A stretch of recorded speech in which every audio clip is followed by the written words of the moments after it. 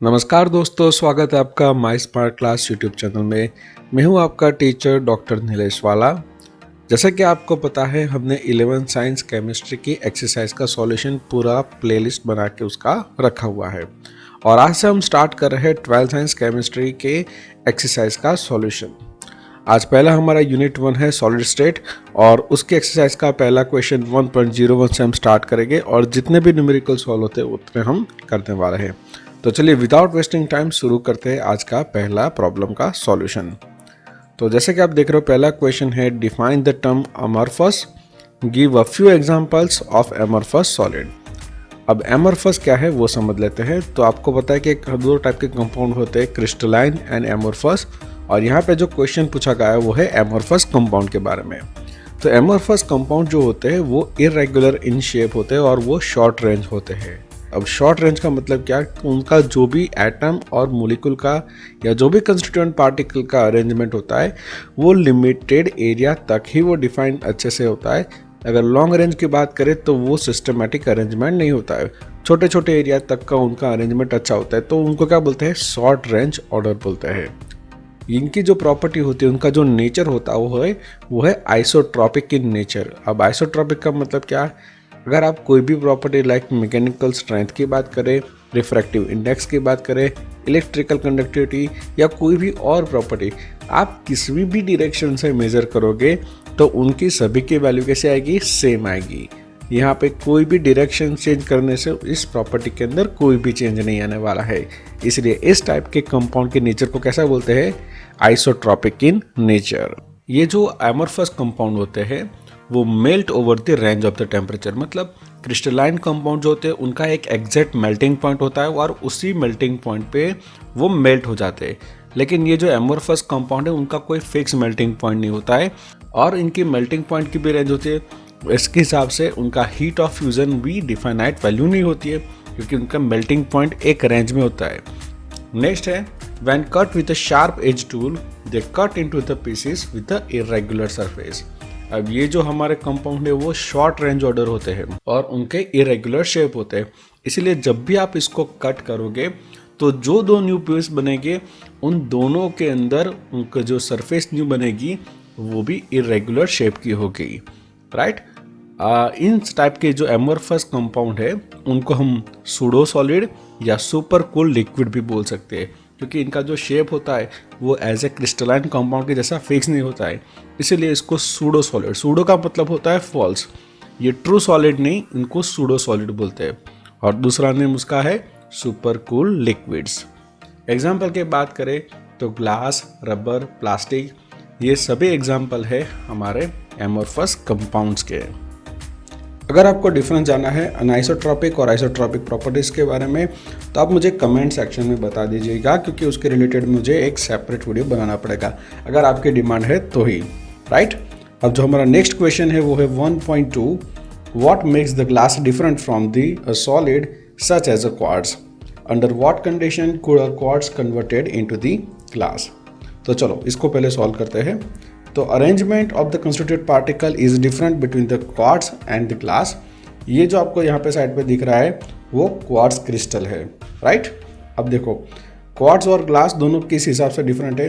तो ग्लास के अंदर जो भी एटम का अरेंजमेंट हुआ होता है वो कैसे होता है, शॉर्ट रेंज ऑर्डर। और शॉर्ट रेंज ऑर्डर क्या है उसके बारे में हमने पहले भी बता दिया कि वो जो सिस्टमेटिक अरेंजमेंट है वो कुछ ही शॉर्ट डिस्टेंस तक होगा। लेकिन हम क्वार्ट्ज क्रिस्टल की बात करें तो उसके अंदर जो भी उसका अरेंजमेंट हुआ है पार्टिकल्स का वो long range as well as short range दोनों के अंदर होता है।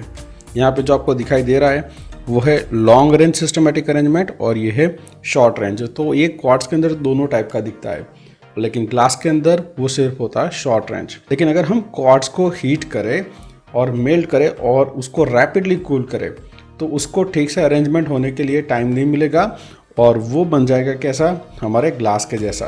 तो इस तरह से हम क्वार्ट्ज को हीट करके फिर कूल करेंगे तो हम ग्लास और क्वार्ट्ज को ऑलमोस्ट सेम जैसा एक स्ट्रक्चर दे सकते हैं।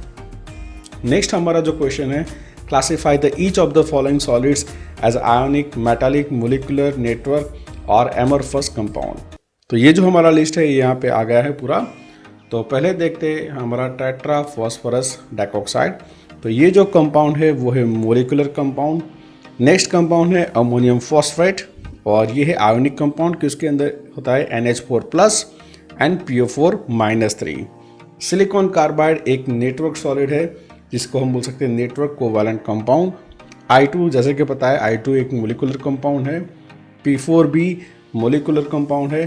प्लास्टिक तो अभी हमने देखा कि वो एक एमोर्फस टाइप का हमारा कंपाउंड है, सॉलिड है। ओके, ग्रेफाइट नेटवर्क कंपाउंड है। अगर ब्रास की बात करें तो ब्रास मेटालिक है। Rubidium also metallic. Lithium bromide जिसके अंदर Li+ एंड Br- है, दैट्स वाई वो आयोनिक होगा। और जो सिलिकॉन है वो है नेटवर्क कोवैलेंट कंपाउंड। नेक्स्ट हमारा क्वेश्चन है, what meant by the term coordination number?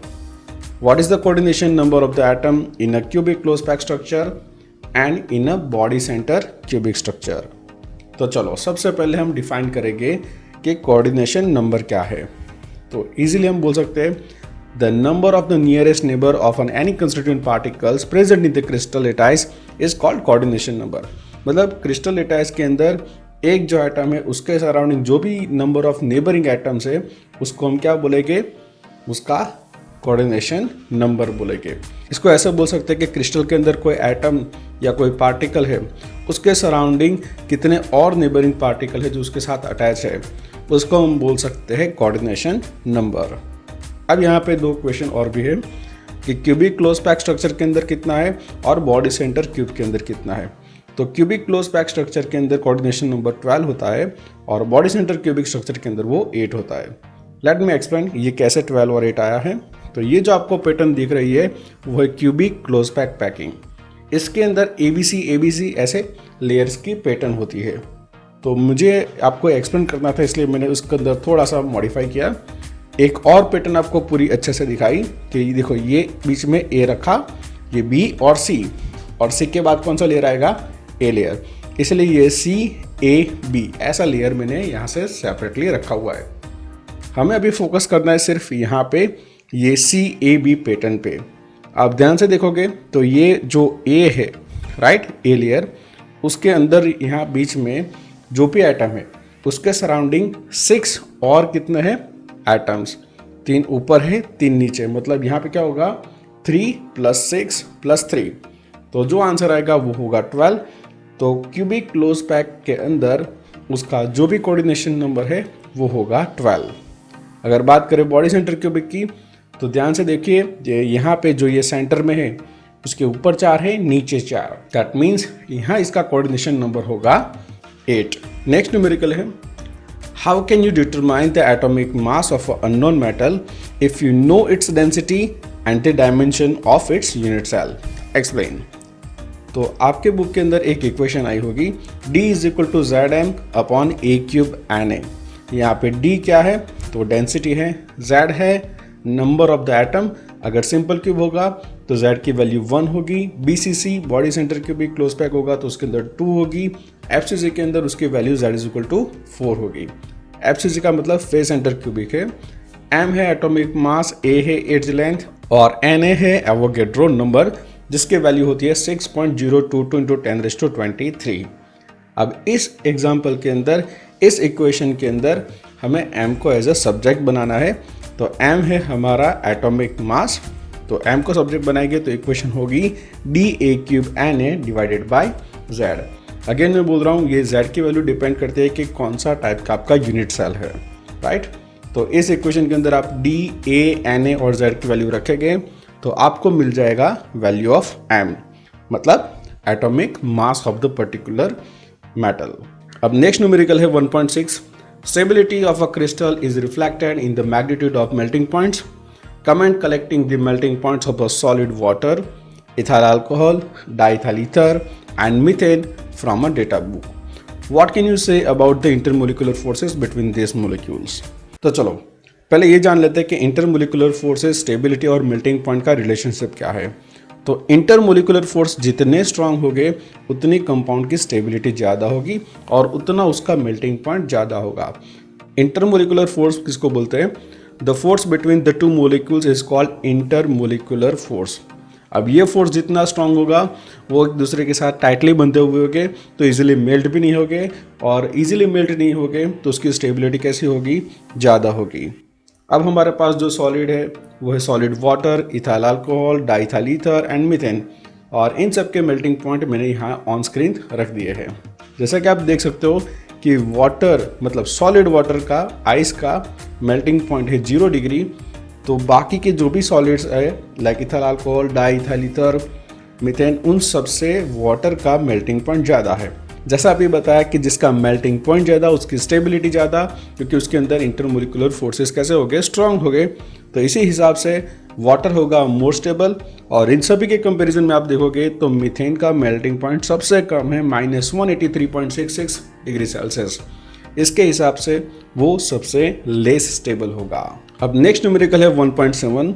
How will you distinguish between the following pair of terms, hexagonal close packing and cubic close packing, crystal lattice and unit cell, tetrahedral void and octahedral voids. तो सबसे पहले हम ये समझेंगे hexagonal close packing and cubic close packing का difference. तो यहाँ पे आप जैसा देख सकते हो कि हेक्सागोनल क्लोज पैकिंग के अंदर 2 लेयर होते हैं, ए बी ऐसे अरेंज होते हैं। ए लेयर होता है 6 मेंबर का और बी लेयर होता है 3 मेंबर का, और यही ए बी लेयर रिपीट होते हैं और बनता है हेक्सागोनल क्लोज पैकिंग। लेकिन क्यूबिक क्लोज पैकिंग के अंदर क्या होगा, 3 लेयर हो गए A B C. A layer होगा 6 एटम्स का, बी लेयर होगा 3 का, और इसी को हम थोड़ा रोटेट कर देंगे 180 पे। तो यहाँ पे जो पहले 1 था यहाँ पे 2 आ गए, और जहाँ पे 2 थे वहाँ पे क्या आ गया, 1 एटम। तो इससे बना तीसरा लेयर, और ये ए बी सी रिपीट होते जाएंगे तो बनेगा क्यूबिक क्लोज पैकिंग। और यहाँ पे मैंने थोड़ा बहुत ट्राई किया है वो दिखाने का, हेक्सागोनल क्लोज पैकिंग और क्यूबिक क्लोज पैकिंग का 3 मॉडल्स। अब पहले जान लेते हैं क्रिस्टल लेटाइस क्या है। The structural unit is called basis और मोटिव, और जब भी ये बेसिस और मोटिव को हम स्पेस के अंदर किसी पॉइंट पर रखते हैं, मतलब किसी लेटाइस पर रखते हैं, और एक पैटर्न जनरेट होती है और उससे क्रिस्टल बनता है।